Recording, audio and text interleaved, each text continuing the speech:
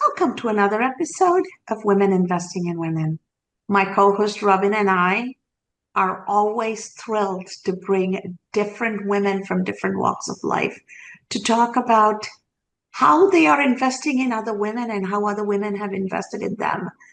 Life doesn't happen because we individually made it so. It happens because we have a community of sisterhood, a tribe that supports us and helps us get there.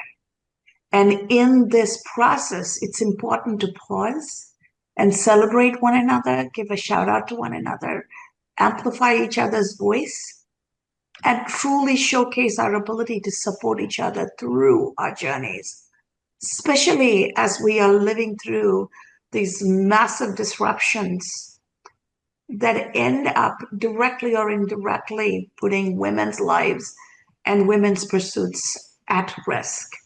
So with that backdrop, we are going to continue to have these amazing conversations, lift up women, support each other, and truly celebrate each other, because we are a force to be reckoned with. The feminine energy is what keeps the world going and moving forward. And I am super excited for the guest we have today. And Robin, take it away. Awesome. I am beyond thrilled to have a wonderful friend and business colleague, Kelly Paxton, as our guest today. And Kelly and I are connected through the fraud prevention world.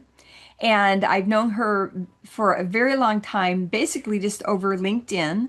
And we actually got to meet face to face over Zoom at her podcast a couple of weeks ago. So we're thrilled to have her on our podcast now. And her company is called Pink Collar Crime.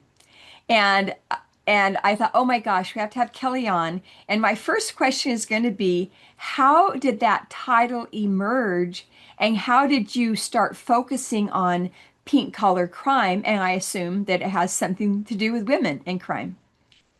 Well, thank you. It's an honor to be on the podcast. Pink collar crime is, this is the technical definition, low to medium level employees, comma, primarily women, comma, who steal from the workplace. It is garden variety embezzlement. How I got to where I was a special, well, long time ago, I was a stockbroker and a bond trader. We had a hinky client. He got arrested. I reached out to the special agent, and next thing you know, I become a special agent for U.S. Customs Office of Investigations. Fast forward, kids, husband, different jobs. I come back to Oregon, where I'm from. I start working at a local sheriff's office, and I'm the fraud analyst because I've become a certified fraud examiner. And I put together the packets for embezzlement cases, I say, on Main Street.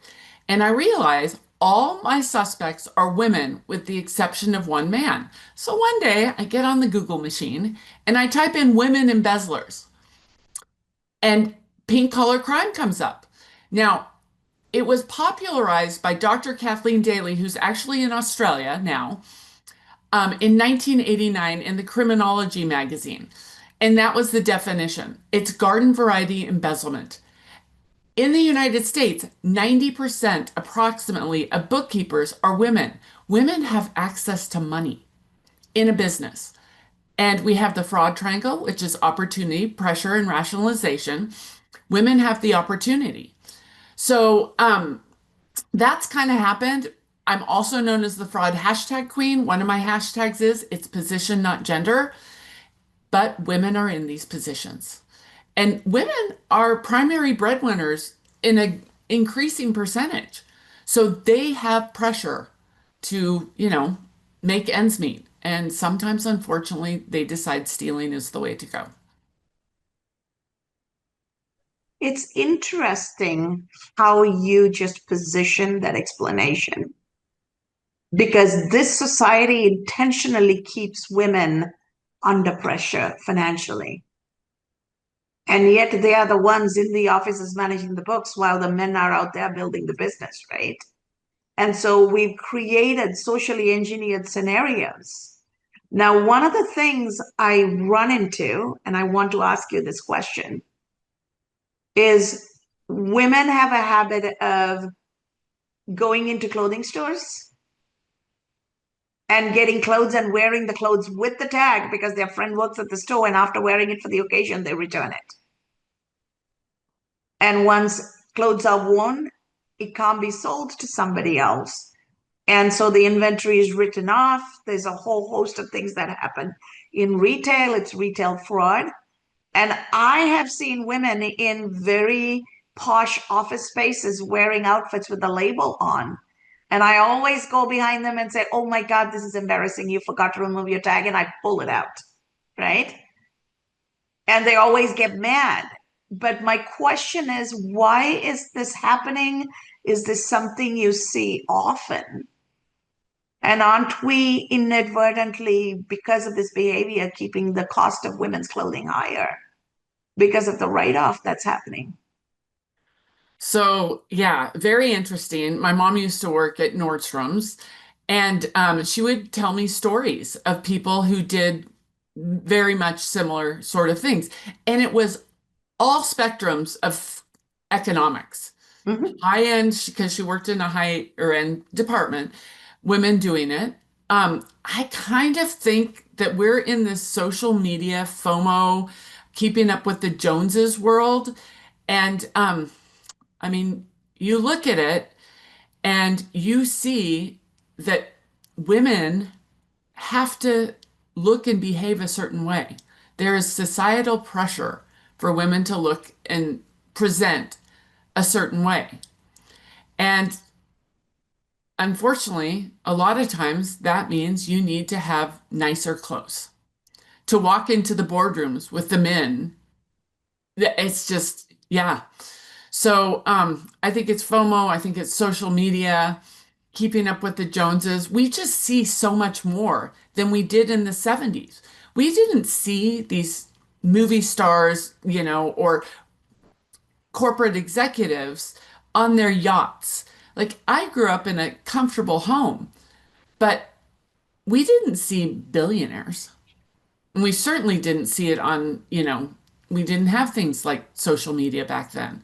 So I think that this sort of time we're in, people are just, they're thinking they can have it. Everyone thinks that, I mean, not to be, I don't want to say politically incorrect, but, I have a friend who refers to the estate tax as the death tax.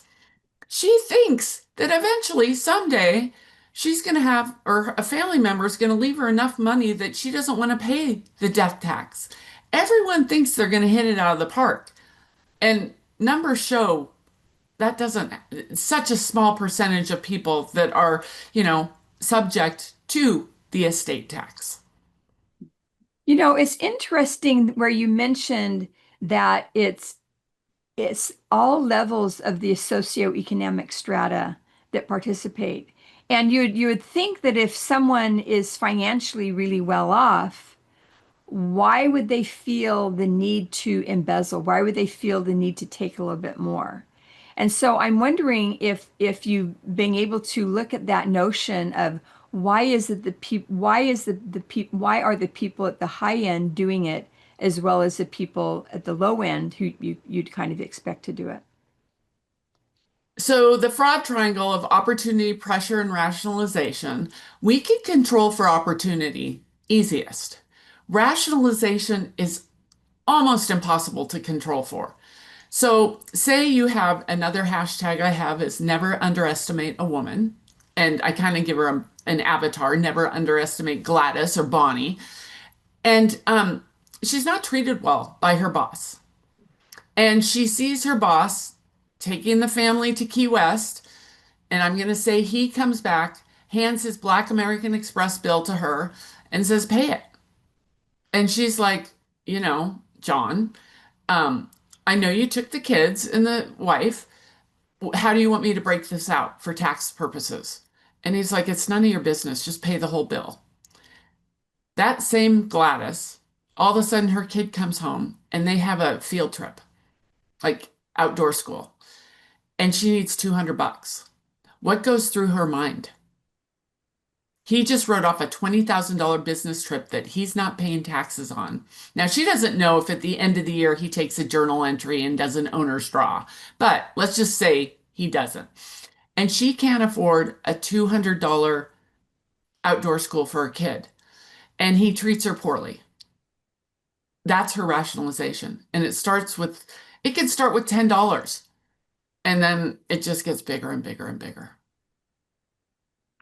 I totally hear what you're saying because one of the things as a CFO I have seen happen is during school, when school starts, all the office supplies go missing, right? A lot of mothers are single mothers, they work lower end jobs.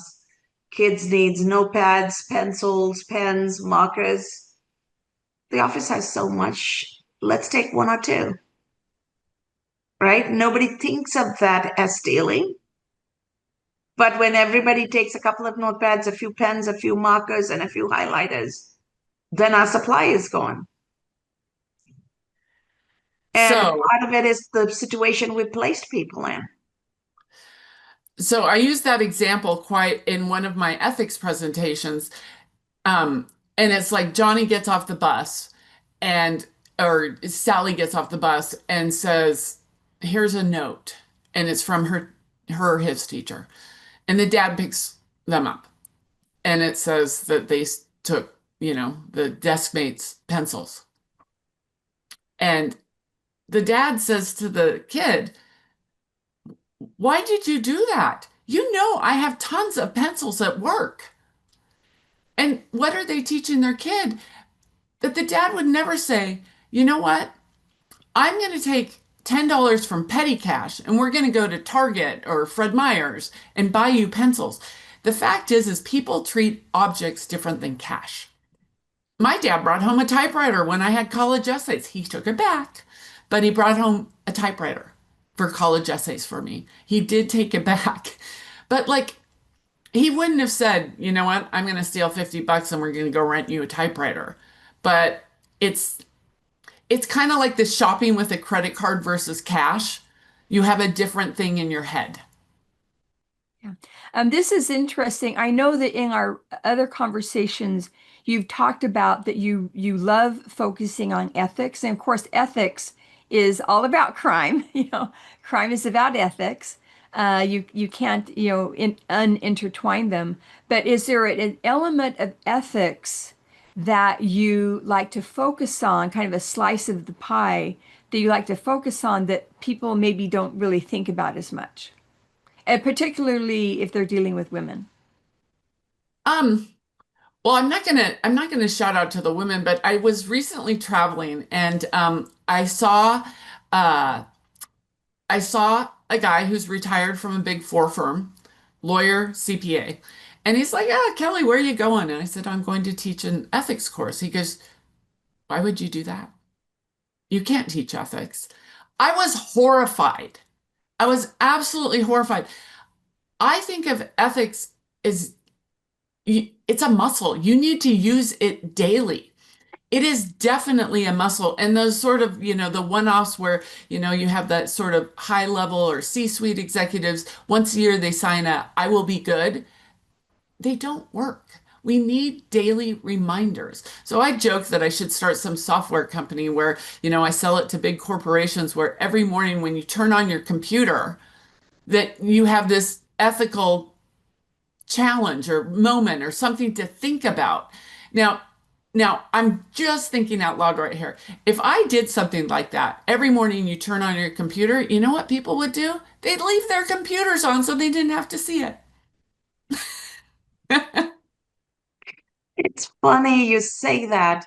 I grew up in Sri Lanka, and part of our education curriculum from first grade onwards, every week there is an hour set aside for what the subject is called moral science. This Western world doesn't think of morality as a science either, but moral science was something we had in school from first grade till we graduated high school. And so it was part of how we grew up, it was part of how we were raised. And here, when I was doing my doctoral research, in moral cognitive capability of CFO teams and how that makes or breaks the long-term viability of corporation and how it affects the underlying society that hosts the business. Not a single one of the accounting and finance professional organizations that I was on the board of as the director of education in some capacity training, none of them would allow me to do the research in their population because they knew what the answers were going to be, because we see what happens in the business world. So it's fascinating how we decouple profits and ethics. In fact, most universities that are prestigious said they're not related. They can't allow me to come in for a PhD program and do research on two things that are not compatible. So we have this mindset. And what we believe as a collective society, we become. What advice do you have for us to get past this notion that profits and money is everything and ethics and humanity is for the weak? Oh my gosh. So I'm going to give a shout out. Can I show a book? The Dark Pattern. Are you familiar with this? Okay. So I just interviewed Guido yesterday and about business ethics. And there's kind of a joke. Is business ethics an oxymoron like jumbo shrimp? You know, and we talked about it. And then we kind of got towards the end. And I said, I don't want to believe that money is the root of all evil, but what are your thoughts on it? And I think he gave a really good answer. And it ties to what I do when I mentor young women or young professionals, period, is money is not the root of all evil, but you know what is? Fear. And that fear can be tied to money, losing security, losing health care for your family, anything like that. And so I tell, especially young professionals, you always need to have a walkaway fund. At some point, you are going to be asked to do something, maybe not explicitly, might be implicitly, and you have to decide if you can walk away. And you know what? I'm not going to judge people who don't walk away. I don't, I don't know what they're going through. Now, I, do I think more people, I mean, I worked with someone who our boss didn't ask me to cross the line, did ask her. Why was it? I think he knew I had a walkaway fund. And they didn't. So I really, I don't want to believe money is the root of all evil, but I loved what Guido said about fear. And we live in a society where, you know, they say, I just looked in my local newspaper and they said, I think it was 2/3 of the people in my state would not be able to respond to a $400 emergency. That is fear, especially when it happens to your child or a loved one. It is absolutely fear. So I'm no longer going to say the money is the root of all evil. It's the fear. That is really a very profound comment. And what can organizations do to help reduce that fear? One thing that I'm always interested in with our guests is what are some of the challenges that they've faced, either internally or externally.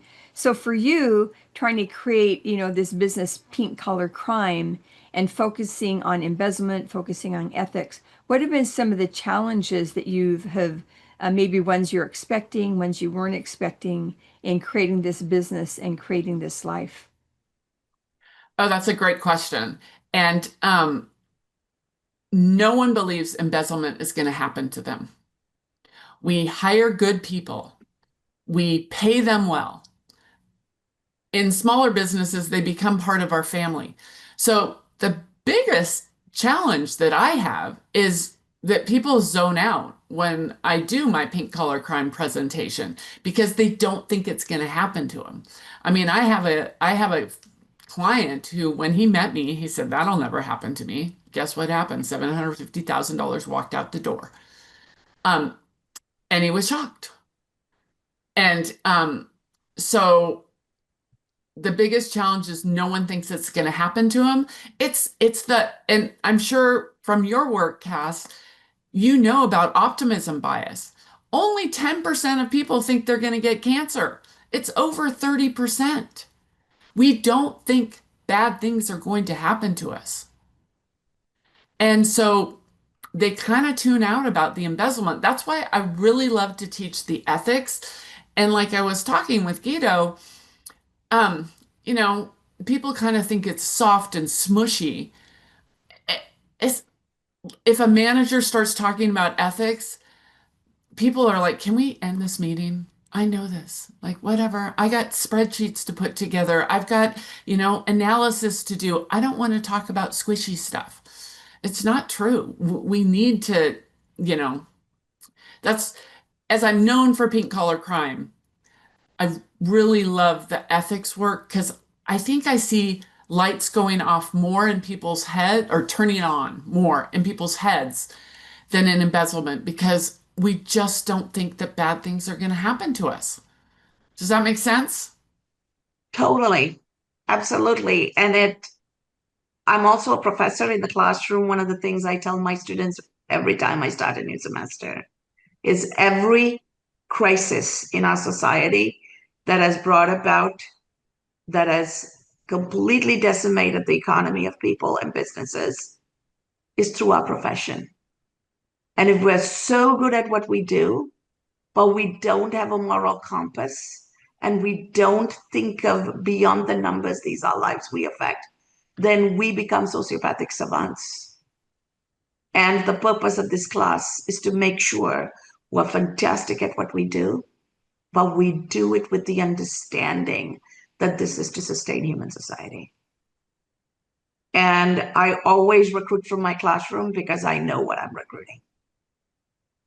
And because I do both and I overtly do it in my classroom, I'm able to transform my students because they realize as I'm teaching and as we're going through different concepts, I actually bring in real life examples of how moral choices has caused crisis. And if everybody took an extra moment to think beyond the numbers, we could have avoided it. And every assignment, I make them go beyond the numbers because the machine can address the numbers. If you want to have a job, you need to be more than the machine. Go beyond the numbers and connect the dots. And so I'm a believer that whether at work, in the classroom, in so many different places, we can drive this change. But research also shows that people go into accounting and finance in this profession because accounting is black or white, debit or credit. You can't change their mind once they're in the workplace. It has to be done when they're still in school. And as people grow in their professional career, because their choices are directly correlated to their compensation, their moral cognitive capability declines. So we also need to recruit people with the highest moral cognitive capability so that as they grow up through the succession plan and become CFOs, they at least have 50% left. So as I am working through this and I am looking at this from my vantage point, I would love to hear what closing nugget of wisdom you have for our community of women investing in women, especially women entrepreneurs, and also how people can get a hold of you, Kelly. Thank you. Um, you know, uh, I have had some great mentoring that I wasn't on the receiving end of a lot of mentors by women. I've had a couple. Um, but I really enjoy mentoring women now. I'm at a different point in my career. I have financial security. I can do things that I can have time to be able to help people decide. I think of someone I know who originally she kind of was brought to my attention because in the speaking world, she wasn't charging as much as she should. So we've become really, really good friends. Well, it turns out she had a different business model than me. We've become very good friends. She's hired me.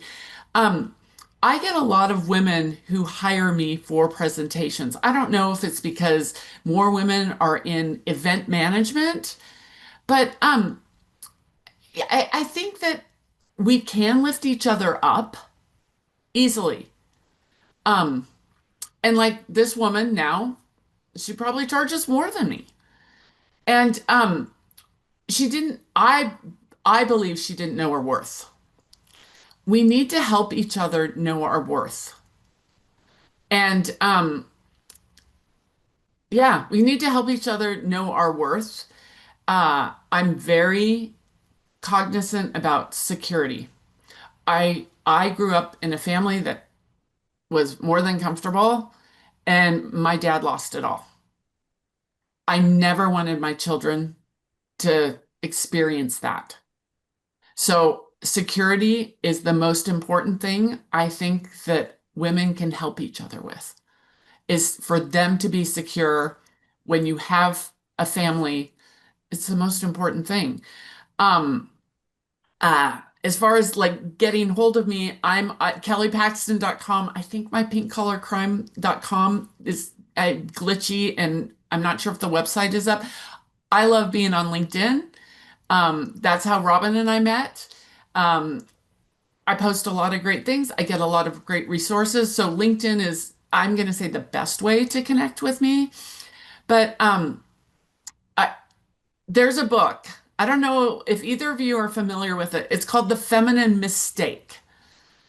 And it's kind of a play on the feminine mystique, but it's the feminine mistake. And I read it in, I'm going to say, like the early 2000s. And it's about a woman, Leslie Bennett, she wrote it. And she said, the highest predictor for your children is the woman's socioeconomic background. And I saw what happened to my mom being solely dependent on my father. Their marriage broke up and she had to go to work. Homecoming queen had to go to work. And I have always had my own checking account. I was never fully dependent because I want my children to never feel insecurity. So that book was really a big, I don't want to say turning point because I'd been through it with my mom, but I didn't see how important it was. My mom was lucky. She was able to, have a job, become a realtor. She did okay finally for herself. But seeing that your socioeconomic, if you have children, that is the biggest predictor of their success. And that has stuck with me forever.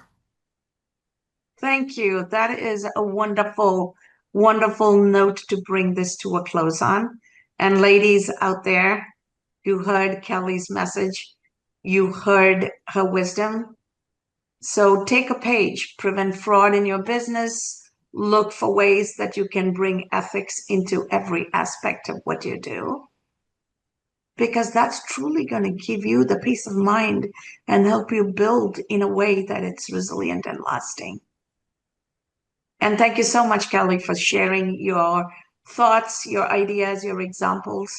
I am sure this is going to be one of many conversations to come. Welcome to the community of women investing in women. And as we bring this to a close, I would reiterate the conversation from today. Make ethics an integral part of who you are. It's not what you do. When you make it a part of who you are, then you get to show up in your humanity and shape the world in a way that it's going to be gentle and kind and hold space for you. Because ultimately, the life we shape is our own.